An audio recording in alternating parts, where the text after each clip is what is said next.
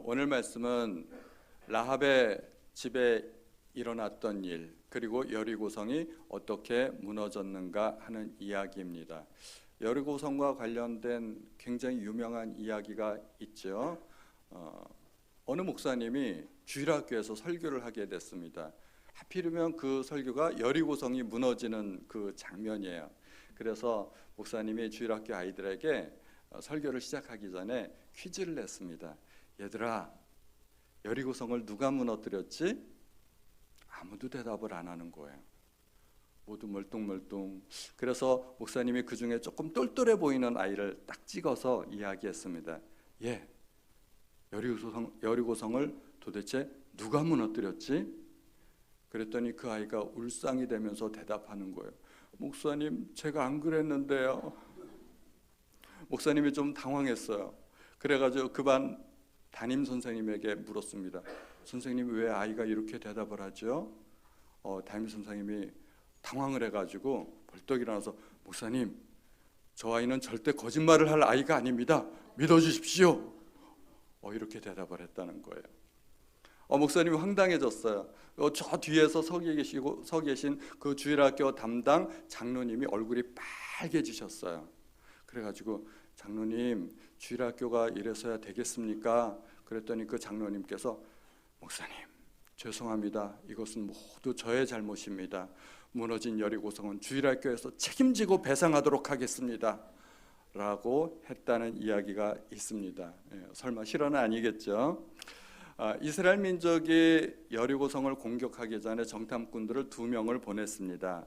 그런데 이 정탐꾼들이 라합의 집에 와서 신분이 탄로 났습니다. 그런데 라합의 재치로 말미암아 이 두 정탐꾼은 구원을 받았습니다. 라합이 재치를 발휘해서 두 정탐꾼들을 살려주었고, 라합은 그 대가로 자기와 가족들의 생명을 보호해달라고 요청하게 됩니다. 그리고 그 언약을 맺는데 그 언약으로, 그 사인으로 창문에 붉은 줄을 메어 달라는 것입니다. 라합은 정탐꾼들이 떠나고 나서 창문에 붉은 줄을 매달았습니다. 그리고 가장 먼저 한 일이 무엇이었을까요? 가족을 불러 모아야죠. 가족들을 살려야 했기 때문에 가족을 구원하기 위해서 정탐꾼들에게 요청한 일이 있지 않습니까? 여호수아서 2장 13절에 나의 부모와 나의 남녀 형제와 그들에게 속한 모든 사람을 살려주어 우리 목숨을 죽음에서 건져내라. 라합도 요청할 만한 자격이 있어서 요청하는 것입니다. 자기와 자기 모든 가족의 목숨을 구해달라는 것입니다.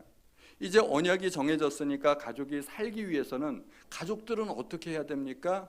오직 그 집안에 모여 있는 수밖에 없습니다. 그 집안에서 이렇게 밖으로 내밀었던 붉은 줄이 있었기 때문에 그 집 안에 있어야만 살 수 있었던 것입니다. 자, 그리고 며칠이 지났을까요? 조금 어려운 이야기인데 우리 한번 계산해 볼까요? 정탐꾼들이 산으로 도망가서 며칠 있었나요? 3일. 그리고 정탐꾼이 돌아가서 이제 이스라엘 진영이 강을 건너기 위해서 바로 강 코앞까지 왔습니다. 강 앞에서 또 3일을 머무릅니다. 그리고서 그들은 할례를 지킵니다. 할례를 행하는데 하루. 그리고 할례가 낫기를 기다리는데 또 3일. 그리고 유월절을 지키는데 또 하루. 이렇게 되면은 도합 한 열흘 정도 걸리죠. 강을 건너는데도 하루 걸리니까 적어도 열흘 정도는 있었을 것입니다. 그리고 그 이후에 이스라엘 군대가 와서 성을 점령하기 위해서 7일을 돌게 됩니다. 그러므로 최소한 17일은 기다려야 했을 것입니다. 이 17일 동안에 라합의 가족들은 라합의 집에 모여가지고 언제 공격받을지 모르니까 그 이스라엘 군대의 공격에 대비해야만 했습니다. 얼마나 초조하고 긴장된 순간이었을까요? 라합의 집이 그렇게 넓은 집도 아닐 것 같은데 비좁은 집에 여러 식구가 모여 살아야만 했습니다. 이스라엘의 공격이 언제 일어날지 모르기 때문에 항상 라합의 집에 있어야만 합니다. 그래도 장보러 갔다 와야 되지 않습니까? 그 먹을 거 사러 콩나물도 사야 되고 두부도 사야 되고 이런 거 사러 가려면 금방 갔다 와야 했습니다. 어디 멀리도 못 가는 것입니다. 또 야밤에 기습 공격을 할지도 모르니까 밤에도 라합의 집에 모여서 함께 자야만 했습니다. 정탐꾼들이 다녀간 이후에 라합과 그의 가족은 삶이 완전히 달라졌습니다. 라합은 더 이상 창녀 일을 할 수가 없었습니다. 폐업 신고 내야 했죠. 그리고 문 걸어 잠그고 가족들이 다 모여서 언제 올지 모르는 이스라엘 군대의 기습 그 공격만을 기다리고 있을 뿐이었습니다. 전에는 돈 버는 일이 굉장히 중요했지만 지금은 전혀 그런 것이 중요한 일이 아닙니다. 중요한 것은 이 전쟁 속에서 어떻게 살아남느냐 하는 것입니다. 정탐꾼들이 다녀가고 한 열흘 정도 지났을 때 드디어 새벽에 저 멀리서 나팔 소리가 들리기 시작합니다. 드디어 이스라엘 군대가 성으로 진격하는 모습을 보게 됩니다. 라합의 집은 성벽 위에 있었으므로 이스라엘 군대의 모습을 똑똑히 볼 수 있었습니다. 라합은 가슴 졸이면서 생각합니다. 드디어 오늘이구나. 온 가족은 집안에 틀어박혀서 숨죽이고 기다리고 있었을 것입니다. 성 안에는 이미 비상계엄이 선포되었습니다. 여리고에는 총동원령이 내리고 성 위에는 공격을 대비해서 군사들이 창과 칼을 들고 만반의 태세를 갖추고 모여 있었습니다. 이제 전쟁이 시작되기 직전입니다. 라합은 드디어 진군하는 이스라엘 군대를 지켜보고 있습니다. 그런데 이스라엘 군대가 오는 모습을 보니까 조금 이상한 면이 있어요. 원래 성을 공격하려면 사방팔방에서 벌떼같이 성을 공격해서 달려들어야 되는데 이스라엘 군대를 보니까 마치 행군하듯이 저 멀리서 줄지어 오는 것이 아니겠습니까? 원래 성은 그렇게 공격하는 게 아니거든요. 저들은 특이한 전략이 있는가 보구나 라합이 생각합니다.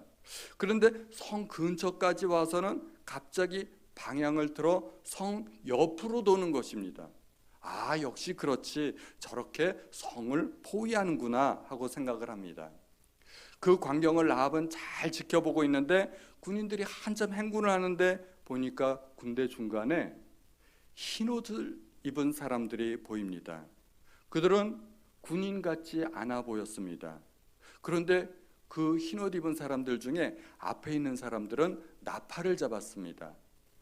저들은 나팔수구나. 군대에는 나팔수들이 당연히 있죠. 그런데 그 뒤에는 흰옷 입은 사람들이 웬 괴짝을 어깨에 메고 운반하고 있는 것입니다. 저 괴짝은 뭐지? 아마 저들의 비밀병기인가 보다 그렇게 생각했습니다. 그런데 그 괴짝은 보통 괴짝이 아닌 것으로 그렇게 보입니다. 뭔가 보자기로 잔뜩 둘러싸여 있는데 굉장히 중요한 물건인 것처럼 보였습니다. 그렇게 괴가 지나가고 난 뒤에 후군이 뒤따라왔습니다. 그들은 그렇게 성을 포위하려는 듯이 보였습니다. 그렇게 후군까지 모두 지나갔습니다. 그런데 후군까지 다 지나갔는데 이상한 점이 또 하나 있었습니다. 라합이 생각하기에 저들은 분명히 성을 공격하러 왔는데 아무리 눈 씻고 찾아봐도 사다리 하나 보이지 않는 것입니다. 성을 공격하기 위한 무기가 있지 않습니까? 예를 들면 대표적으로 투석기, 멀리서 돌을, 바위 덩어리만한 돌을 날려가지고 성벽을 무너뜨리는 투석기가 필요합니다. 그리고 성문을 부수기 위한 큰 통나무로 된 공성퇴도 필요합니다. 그런데 그런 무기들은 고사하고 성을 기어오르기 위한 사다리조차 하나 보이지 않는 것입니다. 다시 말하자면 성을 공격하기 위한 공격 무기가 전혀 준비되어 있지 않는 것입니다. 라합이 이상했죠. 아마도 아까 그 상자 안에 어마어마한 무기가 숨겨져 있나 보다. 어쩌면 핵폭탄이 숨겨져 있을지도 모른다. 이렇게 생각을 했을지도 모릅니다. 그런데 후군이 모두 지나가고 나자 조금 시간이 지나서 반대편에서 아까 출발했던 선발대의 모습이 다시 보입니다. 그들은 그렇게 성을 한 바퀴 돌고는 그냥 지나가는 겁니다. 원래 있던 자리로 돌아갑니다. 흰옷을 입은 사람들이 메고 왔던 그 상자도 돌아가고 후발대도 돌아갑니다. 아하, 오늘은 탐색전만 하고 성에 접근하여 공격할 지점을 찾았나 보구나. 라합은 그렇게 생각했습니다. 그리고 또 다음 날 아침에 또 이스라엘 군대가 접근합니다. 오늘은 공격하겠지. 그런데 어제와 똑같이 성을 한 바퀴 돌고는 그냥 돌아가는 것입니다. 이상하다. 왜 돌아갈까? 그렇지. 돌다리도 두드려보고 건너라고 했으니까 저들은 저렇게 철두철미하게 준비를 하는구나. 그렇게 이스라엘 군대는 두 번째 날도 돌고 돌아갑니다. 사흘째가 되었습니다. 이번에는 공격할 줄 알았는데 이스라엘군은 또 한 바퀴 돌고는 그냥 돌아갔습니다. 라합이 굉장히 이상하게 생각했습니다. 그렇지. 3세판이니까 세 번째 날까지 저렇게 준비하는구나. 그런데 그렇게 4일이 지나고 닷새가 지나고 6일이 지났습니다. 이스라엘 군대는 전혀 공격하려는 모습이 보이지 않았습니다. 그저 조용히 왔다가 조용히 사라질 뿐이었습니다. 흰옷을 입은 사람들과 괴짝을 맨 사람들이 군대 행렬의 중간에 있는 것으로 봐서 그들은 매우 중요한 사람들이 틀림없고, 그들이 운반하는 괴짝은 성을 공격하는 거의 유일한 무기처럼 보이는데 도대체 그게 뭔지 알 수가 없습니다. 보자기에 쌓여가지고 틀림없이 비밀 무기에 틀림없는데 저게 뭘까 알 수가 없었습니다. 드디어 7일이 되었습니다. 7일이 되는 날 이른 새벽, 라합은 여전히 창밖으로 보이는 이스라엘 군대의 모습을 보게 됩니다. 그들은 똑같이 한 바퀴를 돌았습니다. 그런데 한 바퀴 돌고 돌아갈 줄 알았는데 그들이 돌아가지 않는 거예요. 두 바퀴 돌고 세 바퀴 돌고 네 바퀴 돌고 그렇게 6바퀴 7바퀴까지 돌았습니다. 갑자기 7바퀴를 도는 순간에 큰 나팔 소리가 들리고 와 하는 군대 함성이 들립니다. 드디어 공격 명령이 떨어졌구나. 이제 저들이 공격하겠구나. 그렇게 긴장하며 가슴 졸이고 있는데 갑자기 땅이 흔들리기 시작하는 거예요. 우르르르 그러더니 막 땅이 흔들리더니 갑자기 우르르르르르 하면서 성벽이 무너지게 되는 것입니다. 라합은 저들이 성 주위를 도는 척하면서 성 주변에 폭약을 설치했나 보다 이렇게 생각할 수도 있었겠죠. 성이 삽시간에 무너져 내리는 것입니다. 그 성벽 위에 있던 군사들은 어떻게 되겠습니까? 성벽이 무너져 내리면서 군사들도 같이 떨어져서 같이 죽고 돌 위에 깔려 죽고 부상을 입고 난리가 났습니다. 드디어 이스라엘 군대가 진격해 들어오기 시작했습니다. 삽시간에 여리고성은 완전히 아수라장이 되었습니다. 여기저기 함성이 들리고 비명소리가 들립니다. 가축까지 모두 진멸해야 됐으므로 가축 소리도 들립니다. 소 우는 소리, 닭 우는 소리, 개 짖는 소리 다 들립니다.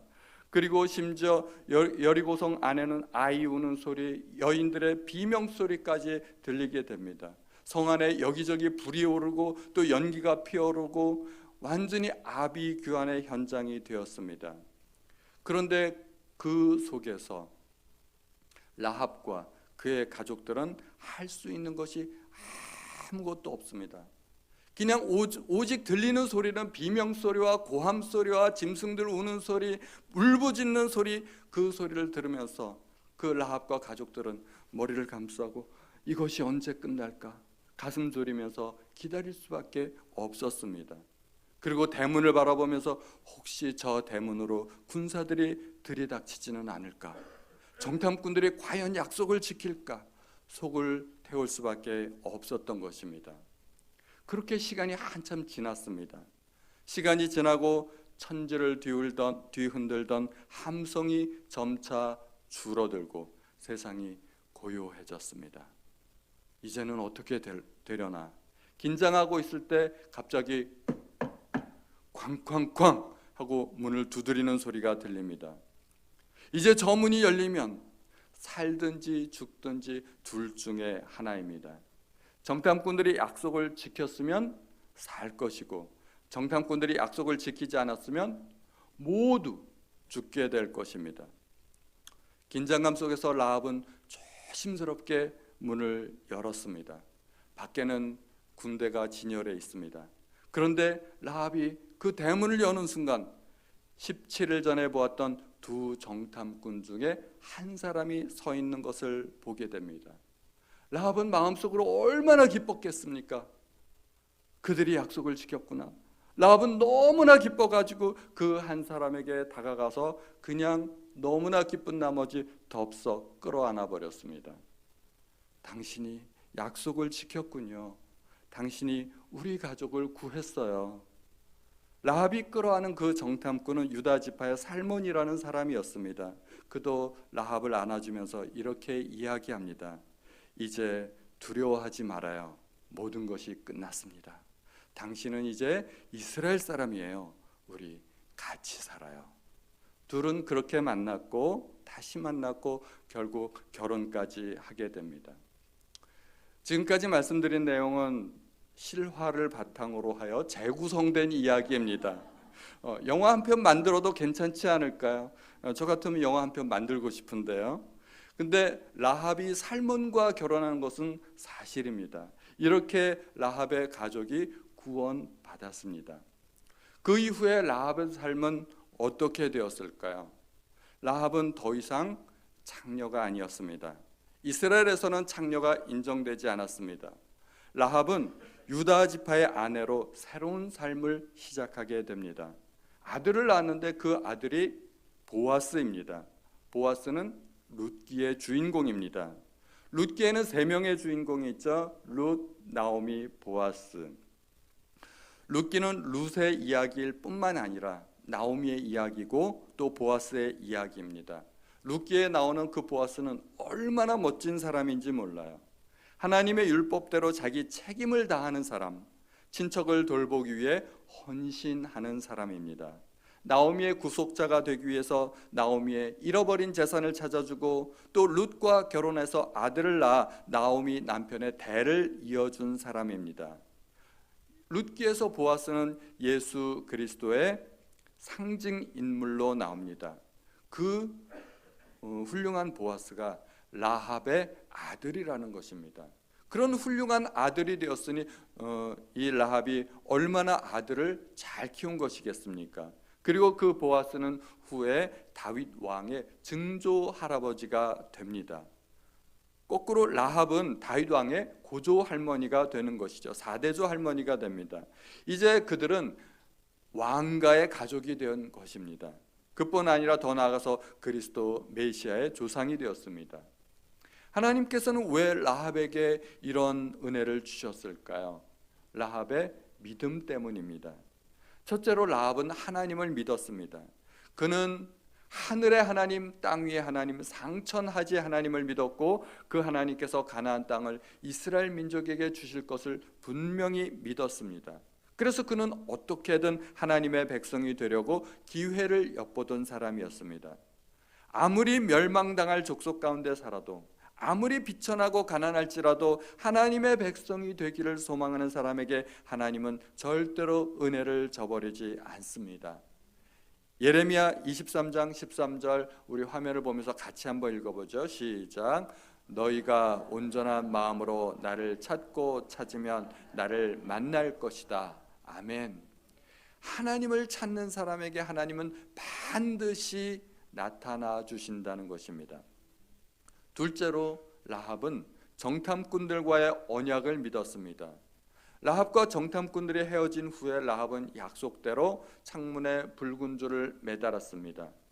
붉은 줄은 유월절 어린 양의 피를 상징합니다. 이스라엘이 애굽을 탈출하던 날 밤 죽음의 사자들이 애굽의 모든 집을 뒤덮었습니다. 모든 가정에서 장자는 죽음을 면하지 못했습니다. 심지어 가축들까지도 첫 새끼는 죽어야만 했습니다. 그런데 문설주에 양의 피가 발라져 있는 집은 죽음의 사자가 넘어갔습니다. 그래서 유월이라는 것은 한자로 넘을 유, 넘을 월자를 사용합니다. 월자가 우월, 초월, 월북 할 때 사용하는 그런 월자입니다. 그러므로 유월절이란 넘어가는 절기, 영어로 패스오버. 죽음의 사자가 붉은 피를 보고 넘어간다는 것입니다. 오직 붉은 피만이 생명입니다. 붉은 피 안에만 안전이 있습니다. 고고학적 발견에 의하면 여리고성에서 북쪽 성벽은 무너지지 않고 남았다고 합니다. 왜 그랬을까요? 아마도 거기 라합의 집이 있었기 때문일 것입니다. 온 세상이 다 무너져도 붉은 줄을 매단 집은 무너질 수 없습니다. 붉은 줄에 어떤 능력이 있을까요? 만약 붉은 줄 그 자체에 어떤 능력이 있어서 무너짐을 방지했다면 그 붉은 줄은 아마도 일종의 부적일 것입니다. 그런데 그 붉은 줄은 라합의 집안에 있던 그냥 보통 평범한 줄일 뿐입니다. 줄에는 아무런 능력이 없습니다. 그러면 붉은 줄을 매단 라합의 집은 왜 무너지지 않았을까요? 그것은 붉은 줄의 능력이 아니라 붉은 줄에 얽힌 언약 때문입니다. 우리가 읽은 성경 2장 18절 19절 우리 다 같이 한번 또 읽어볼까요? 시작. 우리가 이 땅으로 다시 돌아올 때 우리가 내려갔던 창문에 이 붉은 밧줄을 메어 놓으시오. 그리고 당신의 아버지와 어머니, 당신의 형제 자매와 모든 가족들을 당신의 집 안에 모아 두시오. 누구든지 당신의 집 밖으로 나갔다가 죽임을 당하면 그 사람 잘못이요, 우리에게는 책임이 없소. 그러나 만약 당신의 집 안에 있는 사람 중 한 사람이라도 손을 대면 우리가 책임을 지겠소. 아멘. 이 정탐꾼들과 라합 사이에 맺어진 굳은 언약이 있기 때문에 그 붉은 줄은 언약의 증표였던 것입니다. 정탐꾼들의 언약은 이스라엘군이 공격해 들어올 때 붉은 줄이 매달려 있는 그 집은 절대로 공격하지 않겠다는 것입니다. 그런데 여리고성이 이스라엘 백성에 의해서 무너졌나요? 그렇지 않습니다. 여리고성은 하나님의 능력으로 무너진 것입니다.